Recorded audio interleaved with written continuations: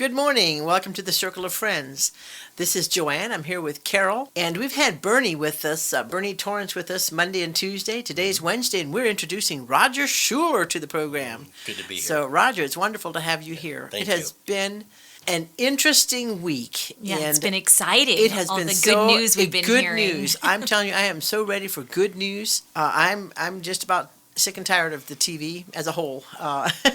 There's not much on there that is uplifting, and so it is so wonderful to hear that there's good things happening in our world. There's good things happening in Ohio, and I love the topic of the setting the captives free this week. And we've talked a lot about the captives in prisons, but man, there's a lot of people out there who are in their own prisons without bars, and there is freedom for all. I want to, Joanna, we were talking about Isaiah 61 this week, and I have, this comes from Beth Moore, so I just wanted to read this to get our day going. But she said, Christ came to set the captives free, no matter what kind of yoke binds them. He came to bind up the brokenhearted, no matter what broke the heart. He came to open the eyes of the blind, no matter what veiled their vision. And so it's exciting to me to hear about, not only we're talking about prisons, prisoners, how people are changed inside the prison, how those who are going into the prison are changed, but no matter what has broken the heart, no matter what has bound people, veiled them, Christ has come to set them all free, whether behind the bars or outside the prison walls. And so that's exciting. It's good news this week. It is definitely good news. We're going to keep on going with some good news. So this week, Bernie, you've been talking to us about the prisons, and we've been kind of narrowed it down now. We've been talking about the prisons in Ohio and some of the things that are happening. And so Roger is here today. So introduce us to Roger and tell us how he fits into this. Well, Roger and I first began working in drug recovery program down in Lancaster as well. It's called The Refuge. And we were down doing roundtables with people that had gone through the process of recovery from drug addiction. And so this morning we were on a bridge. I'll never forget it. We were doing a quick little video, and Roger started talking about the roundtable, and I saw just God place an anointing on him. He comes from, he's an athlete. He comes from Iowa, a family business guy. But the people all just related to him. And again, many people incarcerated are athletes. I mean, there's a lot of incredible athletes that are there. So I watched his gift, and then all through the state of Ohio, he's been welcomed into the academy there in Columbus. And then Mansfield, he has pioneered a program there called DREAM as a global priority specialist. It was done, it's the only program we have that is done by the facility itself. It's not done through the chaplain, or it's not done through a church. It's done through the programming of a gal named Katie and Caitlin, and she said that we're going to teach these inmates to dream again.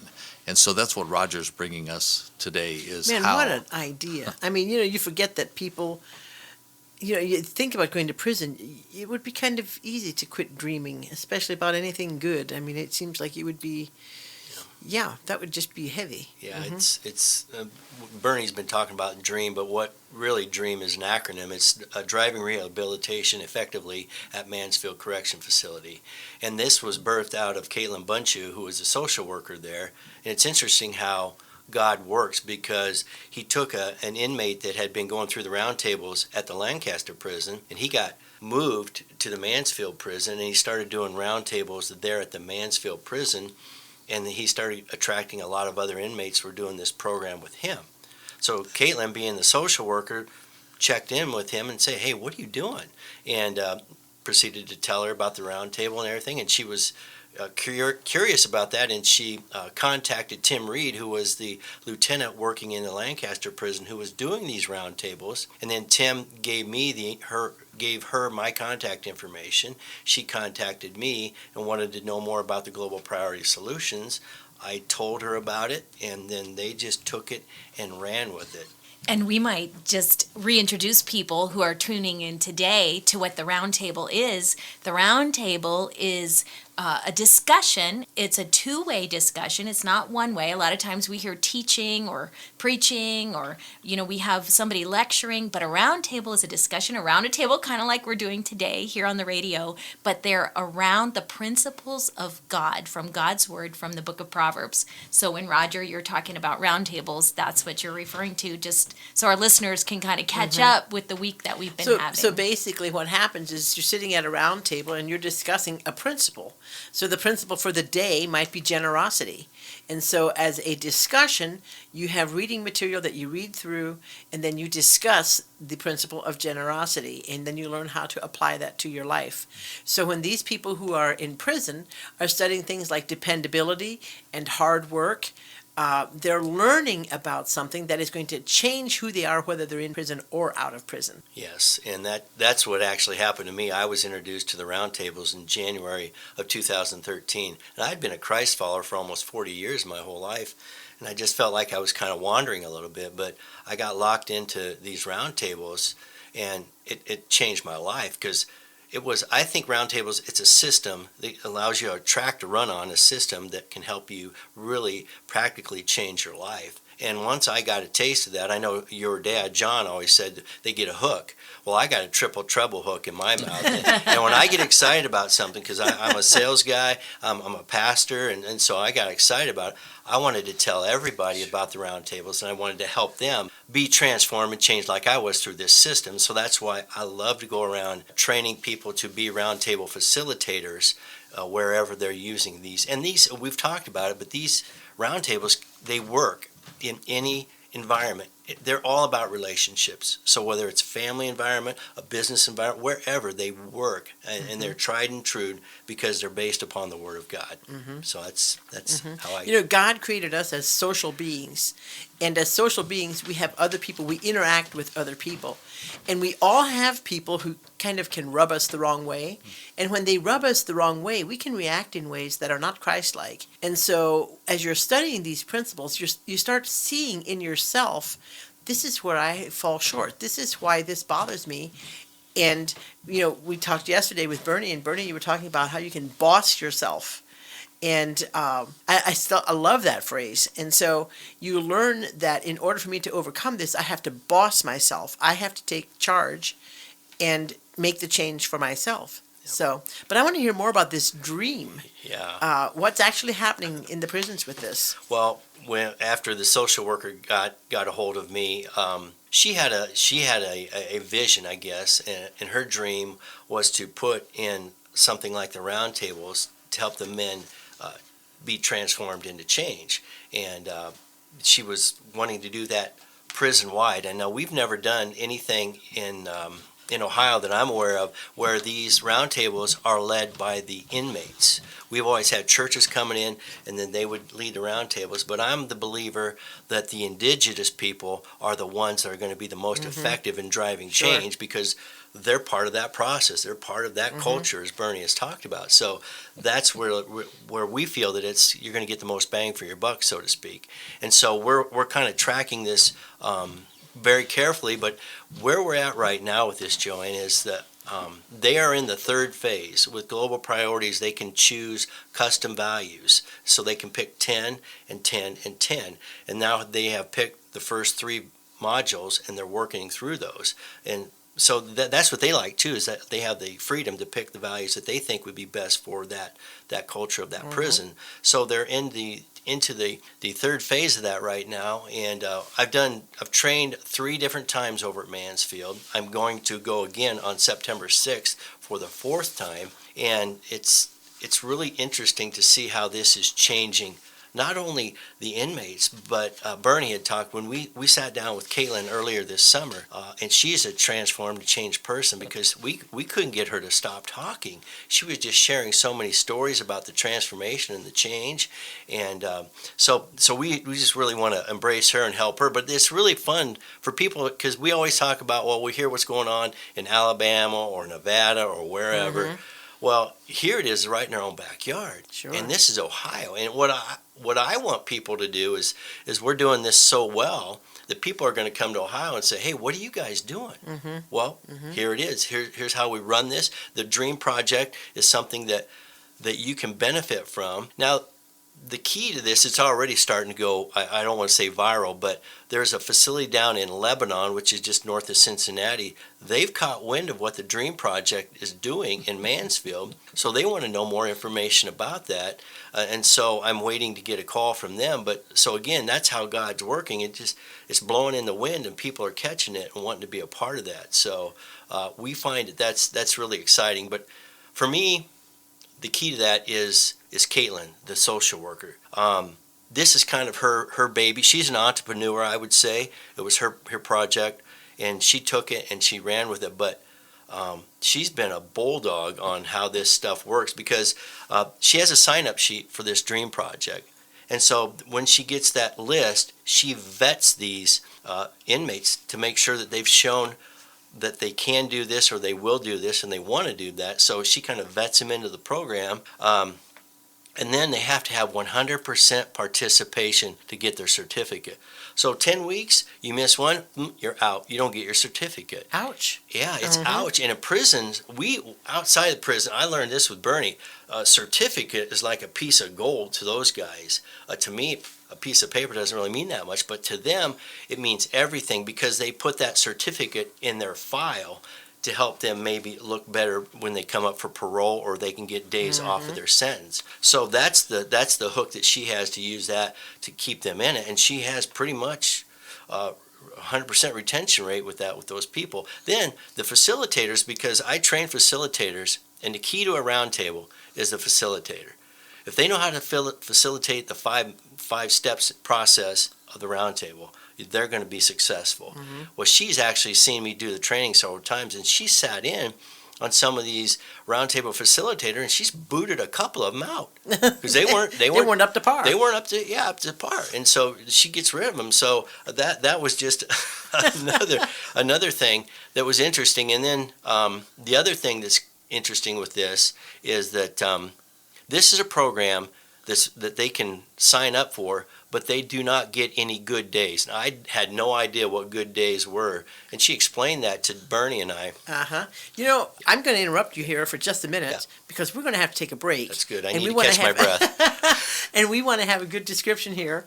And so we're going to come back here in just a few minutes and hear more about this. So come back. We'll be right back here in the Circle of Friends.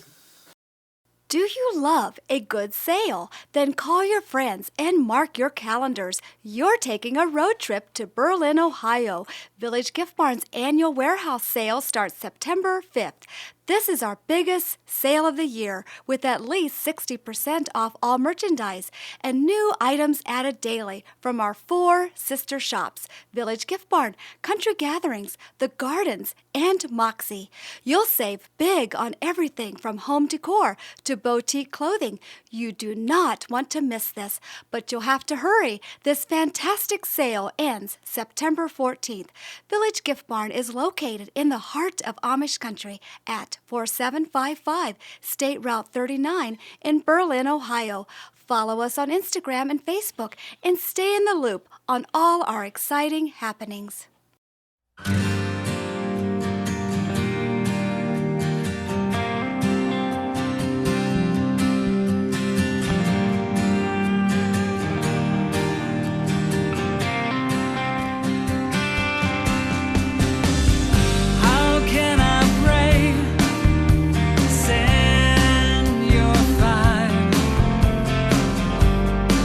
When the altar is bare,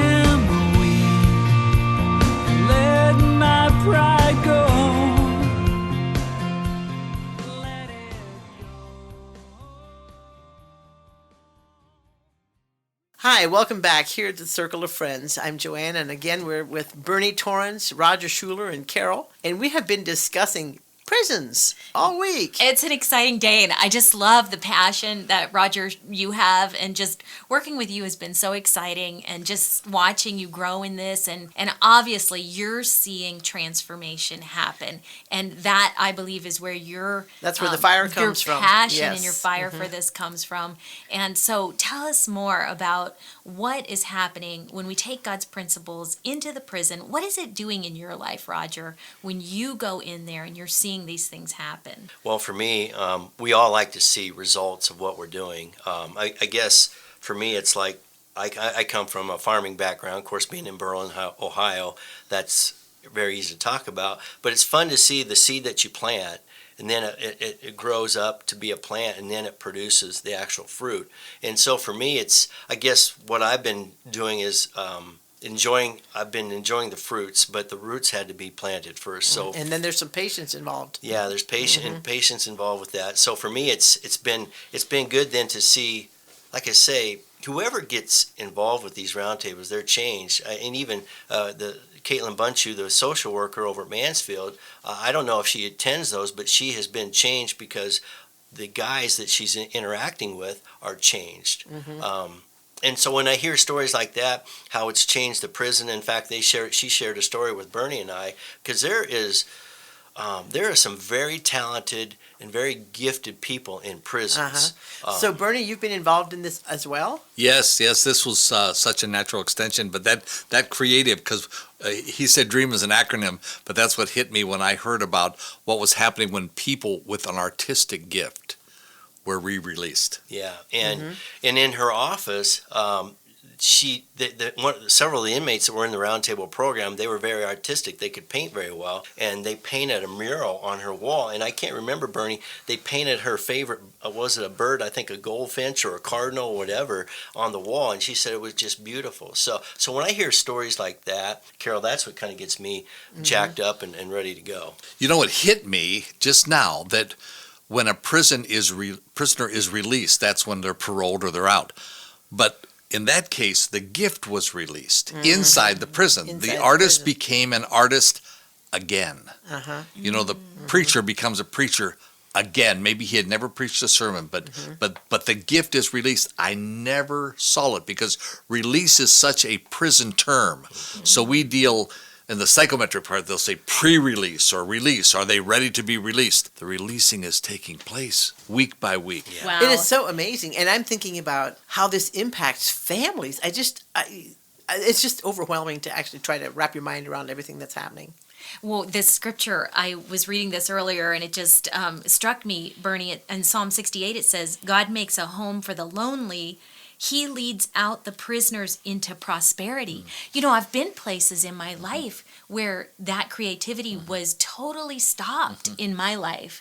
And it took healing, it took release from that prison. When you said that, I thought that is amazing, because like there's times in my life I couldn't play the piano anymore. I didn't have a song in my heart. I didn't have something creative. So to dream again, that is for us as people to think about how when we come into healing, when that's released in our life, that is a release from not just from something, but to something.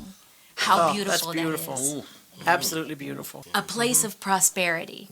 A place of prosperity in our creativity, in our workplace. Well, it's just in like our we've been minds. saying, you don't have to be behind bars to be captive.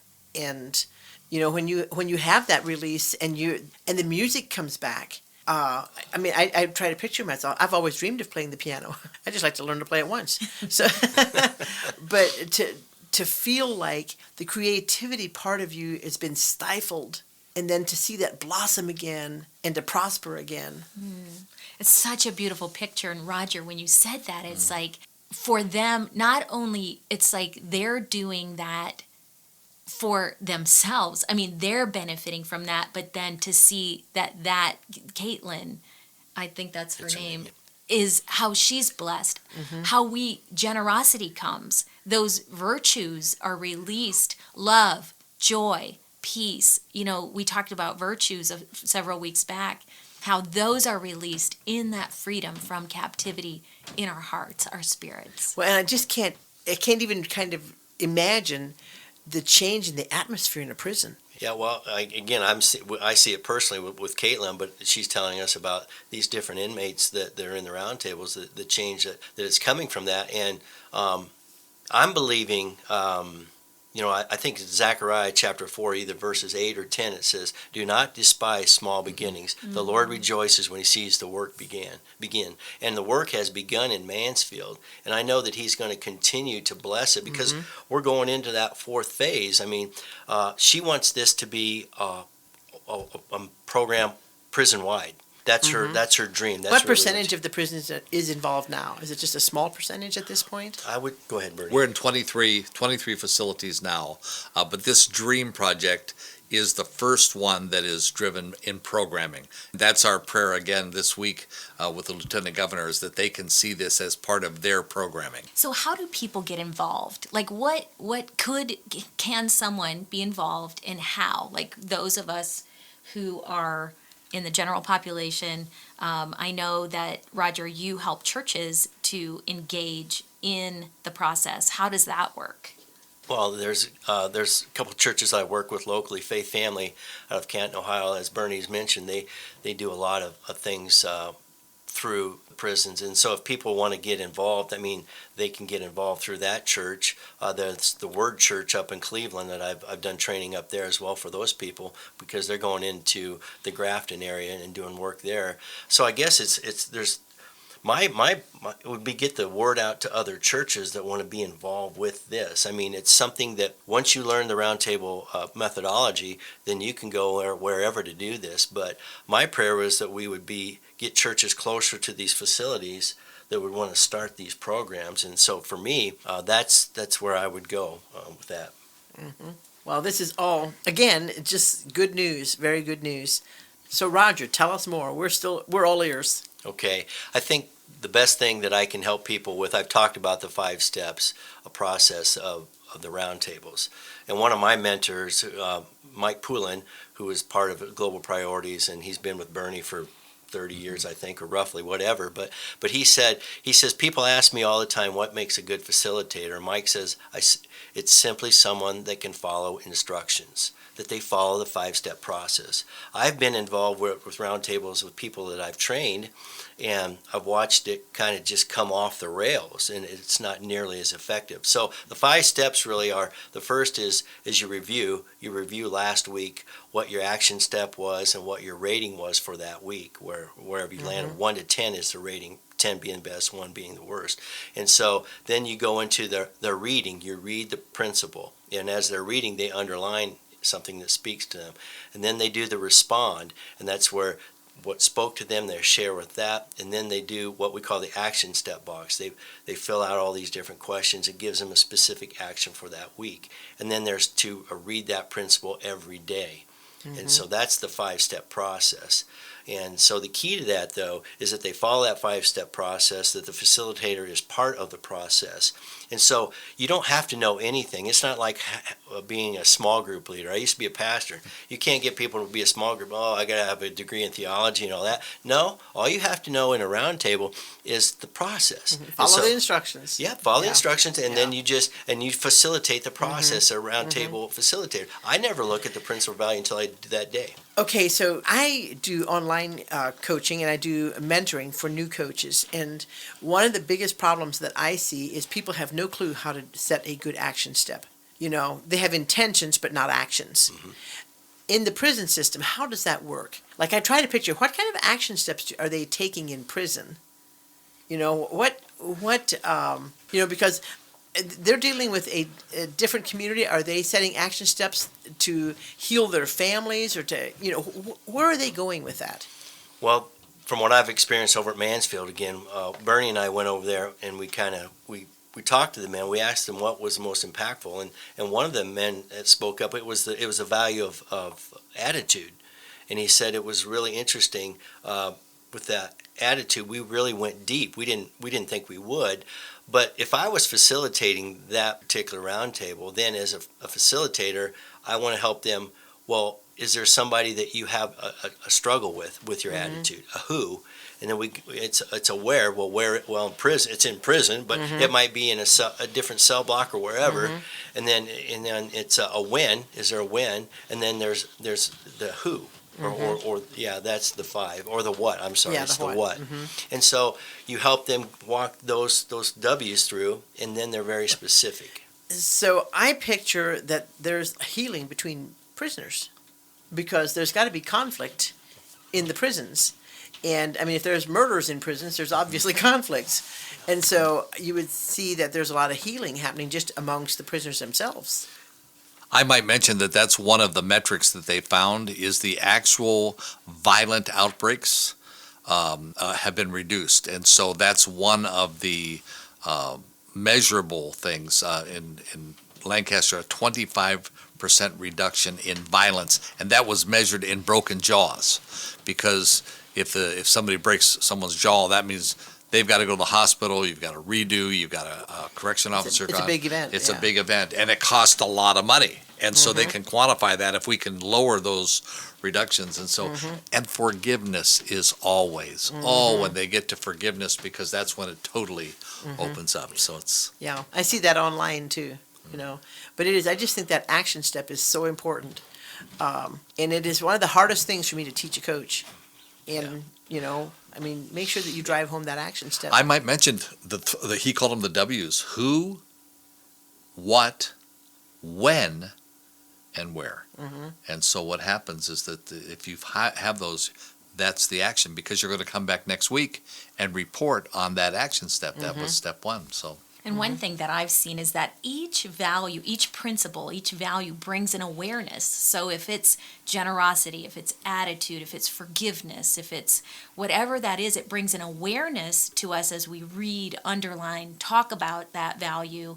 And then the action step is linked to the awareness that comes into your own life. So that action step can be specific on, hey, I'm going to be on time to my meeting tomorrow, or I'm going to be, you know, it's very specific. There's this, I had a virtual roundtable where a lady made an action step. She, the value was generosity, and she was having a struggle with relationship with her sister. And she said, this week, I am going to call my sister. I'm going to talk to her for 10 minutes without, you know, trying to bridge this conflict that they had. And so it was just her very first roundtable. She went right at it with this action step, and I'm assuming that's what people in the prisons are doing as well. Okay. All right. Well, you know, we're coming to the end of another day, and there's still so many areas to go. And one of the things we missed out on is Roger started talking about a good day in a prison, and we never found out what that was. So, listener, come back. Join us tomorrow, because we're going to find out what a good day is in prison. So thank you for joining us. We will be back again tomorrow here in the Circle of Friends. Thanks to generous donations, this program is produced by Circle of Friends Ministries. You can write to us at P.O. Box 345, Berlin, Ohio 44610, or contact us at 330-852-0000. You've found a place to belong.